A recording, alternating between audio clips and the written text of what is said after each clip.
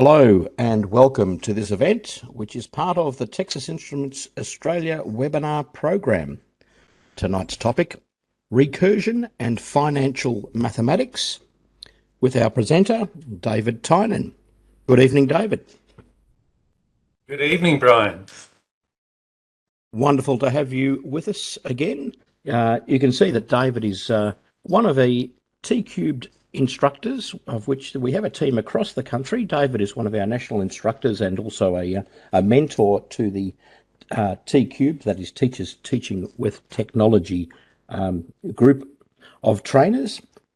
Very experienced, involved in a range of programs and publishing you see on the screen there. But without further ado, I will transfer across to David.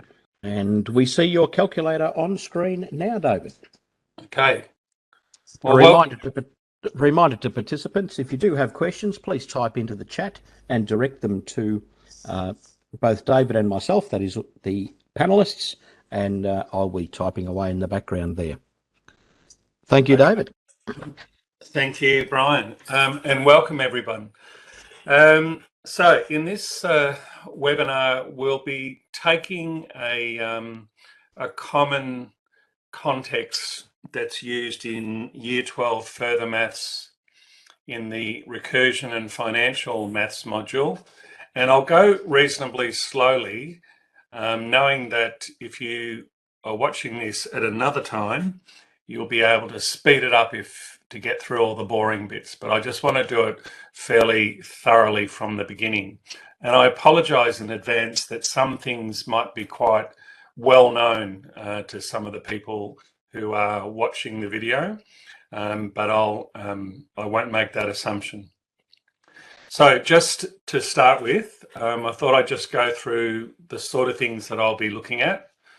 And it probably helps if you just imagine a single scenario of someone taking a loan for $80,000 from a bank, and let's say they were offered 3.6% per annum compounded monthly, and the idea is to pay it off over 10 years. So the questions I'll be looking at are, what is the monthly repayment for this loan? Then to look at it as a recurrence relation, and then to use the results of a number of terms of the recurrence relation sequence to map the loan balance in 6 months.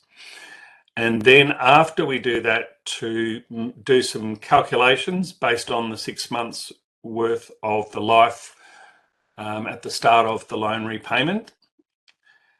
And then consider that problem, which is often in the exams and SACs, about final payments.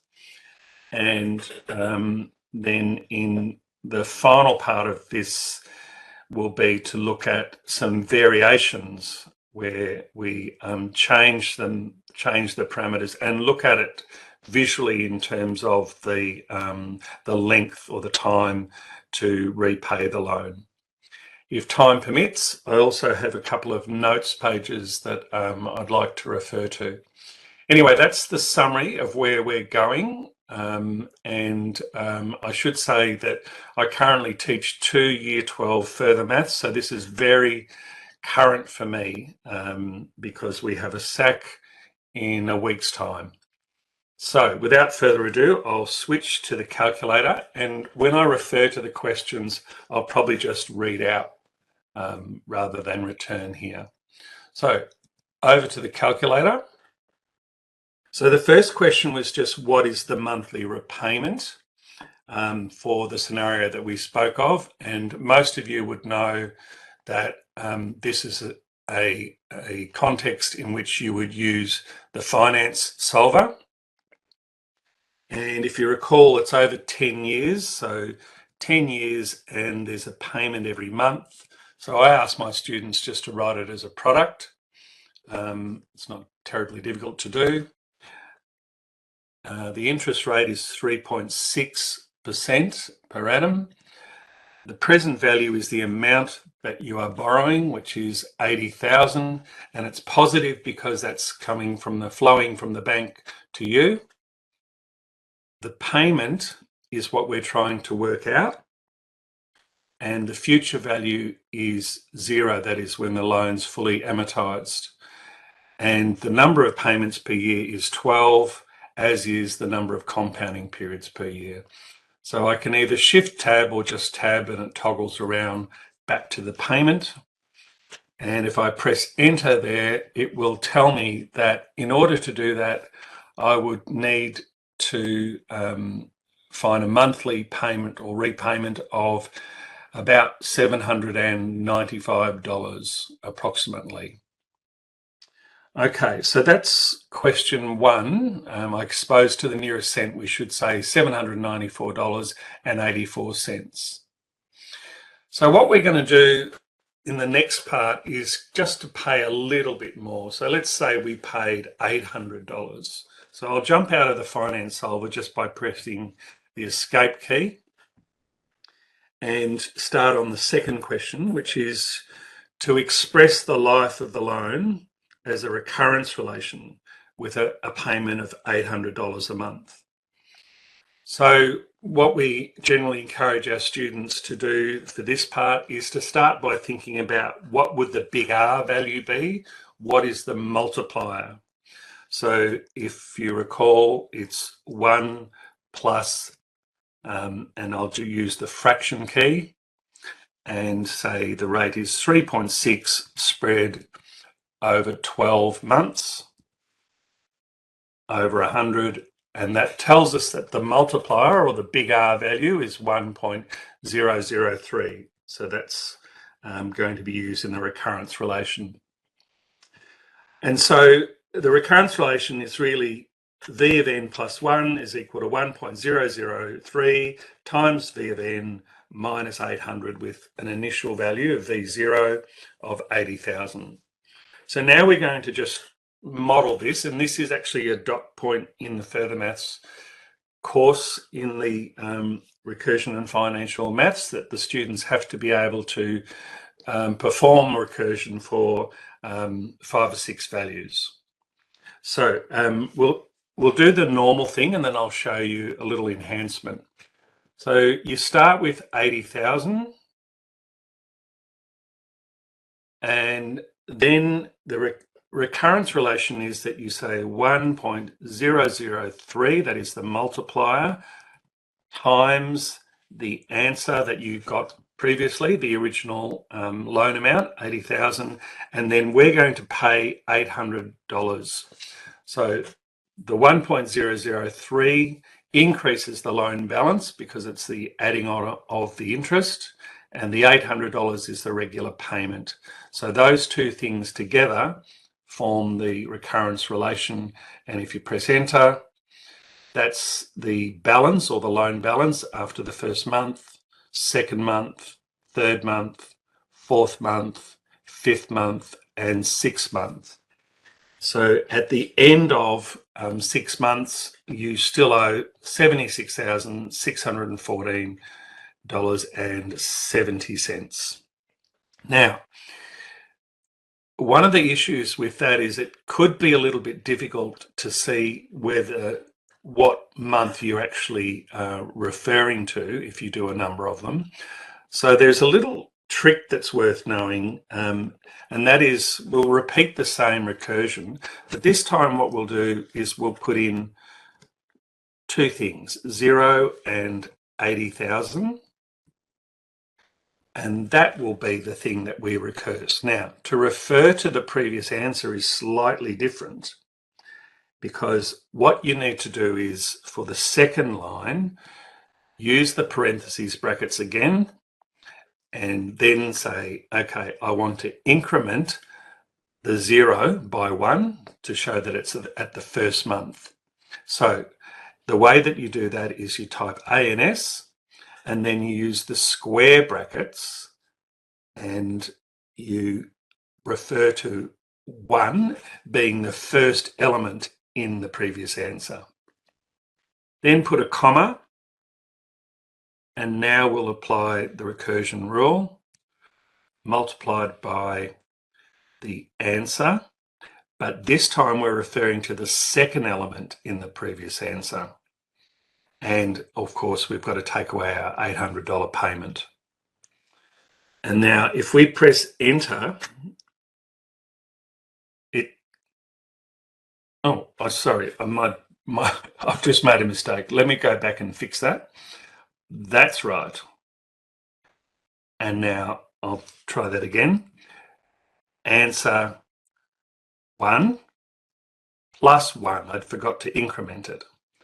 And then I'll do 1.003 times the answer element 2 minus 800. And now it should correctly increment. But the extra advantage is that it's telling you which month you're referring to. And so you get to the same end result, but you have the extra information that's clearer about which month you're referring to. So that's a little bit about just using the recursion feature on the calculator page. And we get the same answer, of course. So we're going to look at analysing the first 6 months in a slightly different way. And that relates to question 4, where you're asked for the total interest paid and the principal reduction. What's the total principal reduction in the 6 months, and also the percentage of repayments that pay interest. In order to do that, I'm going to do it in a slightly different way. So I'm going to switch to another file called Immort Loan. Now, I should just explain for those that don't know about Immort Loan. It's a calculator file that I've created, and inside Immort Loan, the Immort Loan file, there is also a program. It's written in BASIC, but it will create an amortization table and also allow you to do a little bit more analysis, as you'll see. So the way that you access the Immort Loan program within the Immort Loan file is just to press the var key. And you'll see at the top there, Immort Loan. So if I press enter there, it has brackets in case I wanted to send some parameters to it, but I don't. So if I just press enter, you'll get a series of prompts. And so what we're going to do is just enter or respond to the prompts. So here's the loan value of 80,000. And if I press OK, the interest rate per annum is 3.6.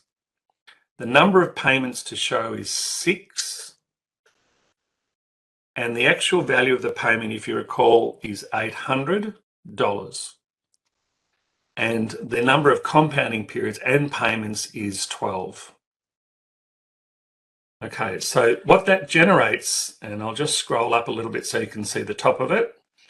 It's recorded the things and displayed the things that we entered in, and then it's prepared an amortization table for the 6 months that we referred to. You'll notice that the result is the same as the results that we found before.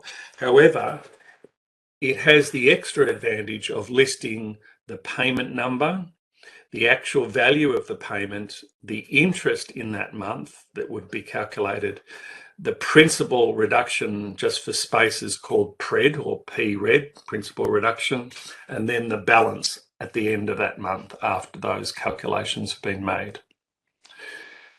So that's quite useful, and particularly if you have to just quickly find particular values. You'll notice in exam questions sometimes they just ask for one of the interest, one of the principal reduction, and one of the balance, and that can be used for that. Of course, I should point out that for my students, and I guess this is normal, good teaching practice, that we would expect that they can do them by hand in cases where they just have to fill in a blank. And so I teach that method. And I think, just reflecting on my practice, my observations with the students is that the middle to better performing students are less likely to use the Immort Loan program it is weaker students and some of the middle sort of ranking students that tend to use this. But let's plough on and show some other advantages that and other things that students have been doing with it in my classes. So it says you can press var for more amortization analysis. So let's refer to the question. If you wanted to find the total interest paid, so I'll just scroll down to do some more calculations. It's possible just to sum the interest column. So if I just type sum, open brackets, and then press the var key, you'll notice that underneath the Mort Loan, there's a Mort tab, but the particular I'm interested in the statistical variables balance, the interest, the number, and the actual payment and the principal reduction. Those variables are there and do contain what is shown on the table. So I want the sum of the interest variable. So I'll select that and press enter, and it tells me that the total interest in those 6 months is $1,414 and rounding to the nearest cent, 70 cents. So that's part A of question 4 completed. And similarly, I could do the sum of the principal reduction variable, and it would tell me how much, by how much the loan balance has decreased in that time. There's another way that I can do it. I could have said, well, the principal reduction is 80,000 minus. Now I'm going to refer to the last element in the bottom row and the balance in that after the 6th payment. And the way I can do that, I'll just press var again and choose balance, but I want the 6th element. So I use the square brackets to refer to a particular value, and then you'll see that you get exactly the same thing. So what this is highlighting is that you can use the variables that you've generated and stored these amortization values in, and you can refer to them as an entire column, or you can refer to them individually. And then the final question, part C in question 4, was asking for the percentage of the repayments that pay interest, that are used to pay interest. So the way to calculate that, I'm going to use the fraction key. So I'm going to say the sum of the interest, I think I can just type it out, over the sum of, because I'm not 100% sure of the spelling of that variable, I'll press var, and it's just PMT, and I'm going to multiply it by 100, and that tells me that in the first 6 months, roughly 29% of the payments has been used to retire or to pay off interest. Okay, so that's the end of that sort of little section. Now what we're going to do is try to think about the final payment. And because we're in Immort Loan, I'll just show you another feature of Immort Loan. So I'm going to run it again. So the way I run it is to press var and then to select Immort Loan and type in the values again. So it's 80,000. Interest rate is 3.6. David, we're getting a lot of likes for your program there. Yes. People are asking if they can access a copy of your Immort Loan program, and I believe it's published as part of your activity that's on the website. It is. But also, if there's another way, I think in a previous webinar, what we did is when people were sent out their thank you for attending the webinar, I think we made a link to where they could get that file. So it gets better all the time, yes. Yeah, so I think that's will do. I hope that answers that question.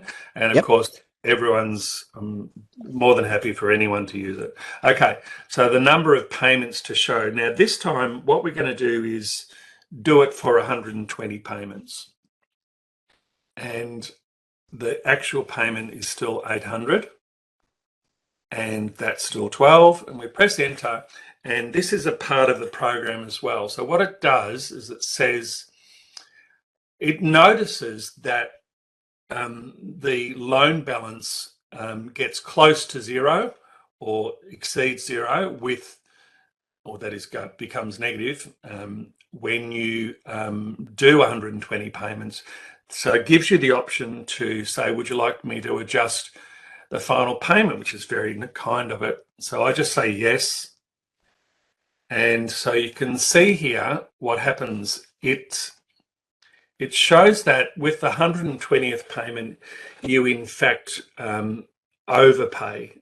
And so the offer to adjust is gratefully received, and the program will say, okay, I suggest that you make the payment $56.00, and that will for the 120th payment. So it's a modified payment that zeros the loan.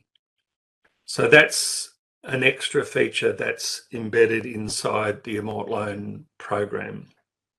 Now, of course, that's not the only way. As further maths teachers, we know there's a few ways to do this. So I'll just, for comparison's sake, show the other way that we more commonly do it by the finance solver, and that is to say, okay, we'll do 120 payments, so 10 years of 12 payments a year. This is 3.6, 80,800. And what we'll see is what is left. So that means that, in fact, the bank owes you that much because you've overpaid in the last payment. And then if I copy that and escape from here, and then I'll just say that the final payment is the regular payment I was making, the $800, less the overpayment that I've pasted there. And so you'll notice, like before, it says that the final payment to the nearest cent should be $56.00. So that sort of takes us on to question 6. And I'm aware, of course, that there's other ways to do the final payment, but that'll do for now. And what I'd like to look at is the trajectory of the loan balance over time. And to do that, I'm going to show another file called RFM Loans. And this has been set up. It's a combination of a notes page and a graph that shows that in the scenario that we've set up for an $80,000 loan at 3.6%, so in blue I'm reading from, the payment, I call it payment 1 because we can compare, and then pink there'll be another scenario where we can modify it. So $800, 12 payments a year, 12 compounding periods a year, and the loan is approximately 9.92 years in order to pay it off. Now, why that's useful is because it gives us a platform to make some changes. So, for example, we could say, well, what if we, instead of paying $800, we changed that and made it, I'm going to pay $900. And if you press enter there, you'll see that the pink graph changes slightly, and it's a little bit hard to see precisely, but you'll notice at the bottom, that's reduced the length of the loan so that it only takes 8.63 years approximately. So that little payment, extra payment on a regular basis, can make a difference to the time of the loan. And I guess it's nearly a year that it's saved, or more than a year that it's saved off the time of the loan. So I'll just change that back to 800. And this time we'll look at doing this classic thing that's been in, I think, in an exam, certainly been in a SAC, where someone says, well, what if I do pay the 800 roughly a month, but the way I'm going to do it, I'm going to pay $400 every fortnight. And the difference is, don't ignore the graph for the minute, is that if I make that every fortnight, I'm going to do it 26 payments a year. So it seems like you're paying about the same, but in fact, there's a couple of extra payments that you're making every year. And so you've nearly saved a year off your loan just by doing that. Now, of course, with a larger loan and over a longer period of time, that the effect of that might be even more pronounced. And the final thing is, what happens with loans if the rate goes? This is very current, isn't it? Worrying about the rate. So I'll just change this one back to 12, the payments per year, and I'll change this regular payment to 800. But the question can be asked of the students, what do you think will happen if I doubled the annual rate from 3.6 to 7.2? What will it do will it mean that I double the time that it takes to pay the loan or not? So if I press enter now, you'll see that it definitely has an effect. It means that if you kept the same payment, that the loan would take about 12.76 years in order to complete. So that is a nice thing to show students. I don't think this is something that they need to have on their calculator to muck around with particularly, but it's as you're talking about comparing loans and getting them to think about what do banks actually do in a case like that when the interest rate goes up. And of course, the most common thing that they do is to say, well, if you still want to pay it off in the 10 years, with this new rate, you are going to have to give us a little bit more as a regular payment. So it's really just a platform for exploring that and showing students the impact of various decisions. Okay, so that's question 6. And we do have time for me to show another part, probably not in detail, and that is a series of notes pages. So I'll start with the linear one. So in the linear, it's called RFM Linear. So it's a collection of notes pages that have live maths in them for analysing linear recurrence relations and the applications of those. So the first one is a standard recurrence model for linear growth or decay. And you'll notice that the style of these notes pages is such that there are some things that you can enter in. So for example, in this one, V naught is given as 20 and the D value is given as 3. And so if you change those values, well, I'll just change one just to show. If I change this to 4, the results will flow through the rest of that page. It's a notes page. So it will generate the correct recurrence relation. It will generate the associated direct rule. It will also allow you to put in a particular value, so 17, and it tells you what the value would be. And it will also generate the first 5 terms that recurrence relationship would have created.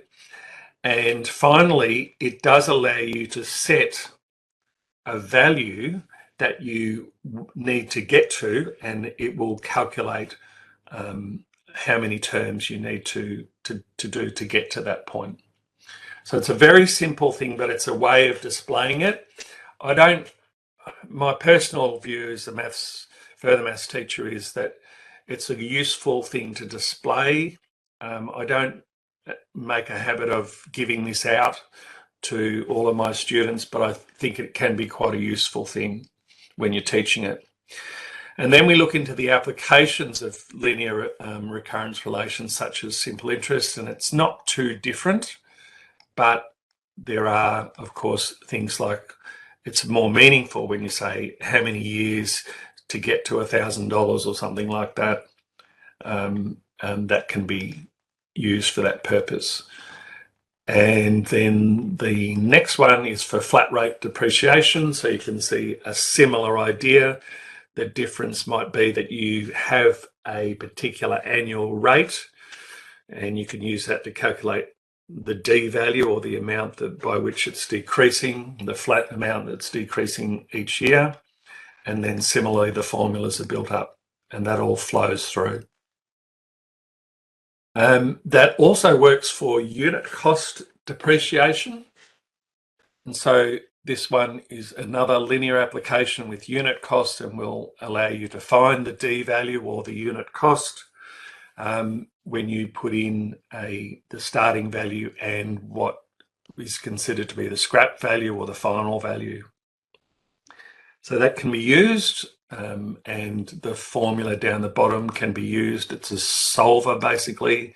So I'll just show you down the bottom where it says if you wanted if the number of units was 10,000, if I click on this N value here, there is a formula that's being used behind this, which is essentially just the solve command. Okay, and then a similar one exists for geometric, with a little bit more in this one. So just describing geometric growth. Similarly, this template page will, if you put in the little r value, it will generate the big R value. I had to use the word big R because upper and lower case isn't really treated differently mathematically. So I just call the big R big R. So that's calculated based on the little r. And then similarly, the recurrence rule and the direct rule will be generated. You can find particular values for a given N value, and first few terms, and also to solve when you need to do that.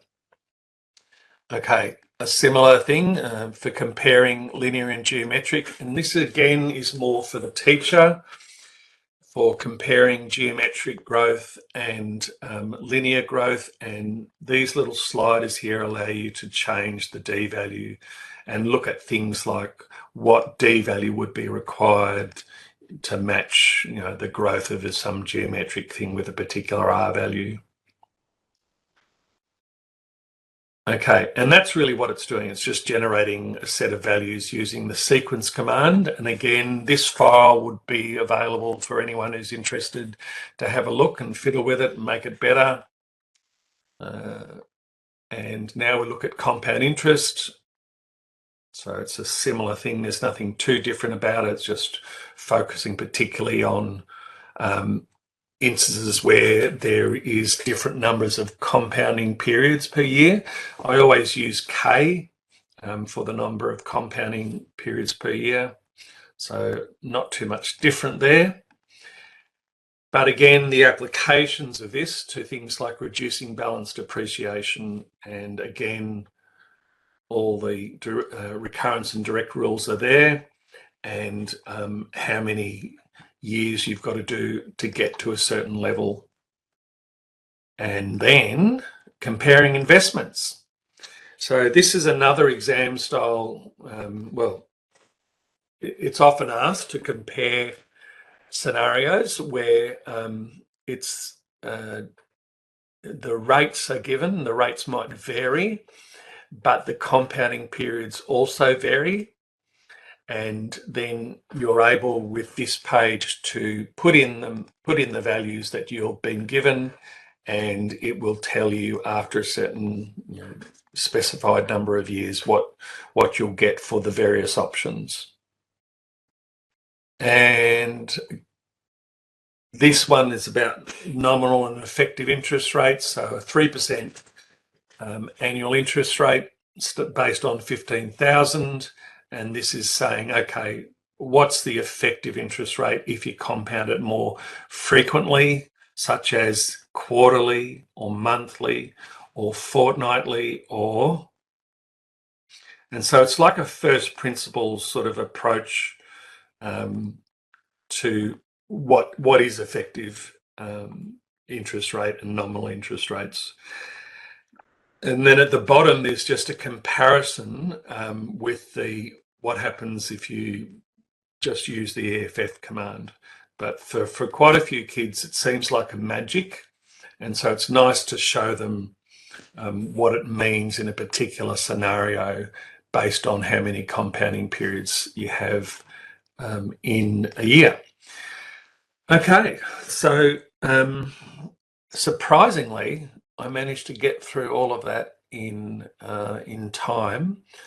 So I think that's where I'll finish up and just repeat that the documents that I used, the calculator files, and also the associated notes that I produce will be made available to anyone who's interested in those, and they'll be sent out to you at some time fairly soon, I guess. So, Brian, I reckon I'm done. Yeah, and thank you very much. Yes, hopefully within the next couple of days, we although I do know that the TI office is very busy at the moment, but hopefully within the next couple of days, they'll be sending out those links to the documents where you can download them. David, if you don't mind, I might just quickly share what I've been looking at in the background, where participants might be able to, rather than wait, because I know a few people were asking about it, to find some of these activities of yours. So I'll just share my screen. Sure. And because I know that I'm personally a big fan of the TI website, particularly the Senior Curriculum Inspirations area. So on the Texas Instruments Australia website, the two main tabs that I find of use are teachers and students, to the resources there. And under teachers, you've got the Australian Curriculum Inspired and Senior Curriculum Inspirations. So I've had a look through here. If we open up Victoria Further Mathematics Year 12, and then open up the area of recursion and financial modelling, this is the amortization activity that David wrote. And clicking on that, it gives you a little overview of the activity and the downloads over here, which I did. And I'll just see if I'll quickly swap across to the amortization. What a killer, hey? So the worksheet for the student, and also in that little download set was the Mort Loan program. Yeah, so I just love doing that sort of stuff. And David, what a pleasure it is to have an event such as this evening's, where we have these activities that we download and we use, but how terrific to actually listen to the author himself to take us through that.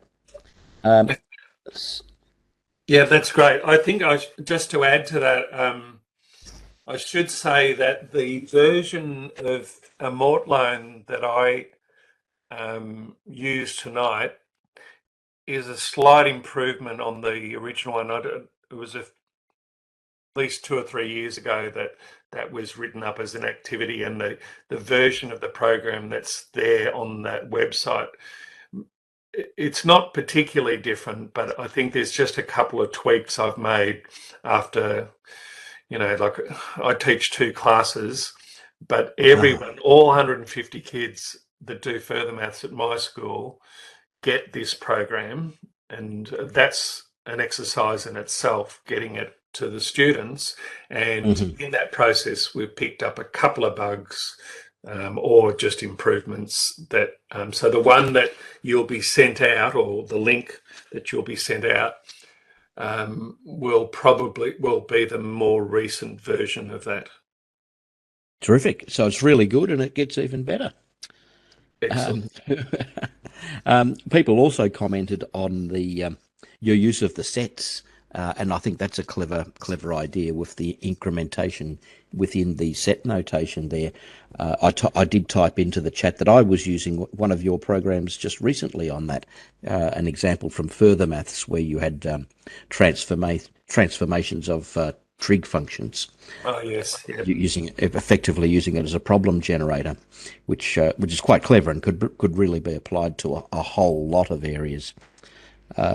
People also commented on the notes application, which is really impressive, because you can see how dynamic that is, and so simple to utilize once that's set up. Yeah. So thank you again for all of that. I see a lot of thank yous coming in on the chat. This is your final chance now to type in any questions that you still may have of David.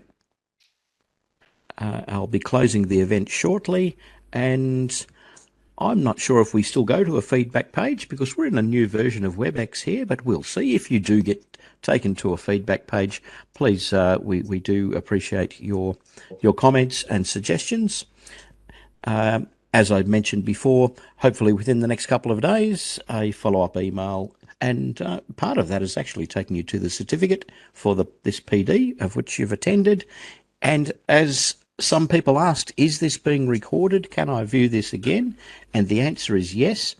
I find it easiest again from the TI Australia webpage. The section is the webinars on demand. Alternatively, if you want to take a look on YouTube, I also subscribe to the TI Australia YouTube channel. Lots of good material there. To stay fully up to date and informed of events such as these, make sure you subscribe to the newsletter, and you can also phone for advice. But there we are through this evening's event. Thank you once again, David. Thank you to all of our participants, and I wish you all a good night. Good night, everyone.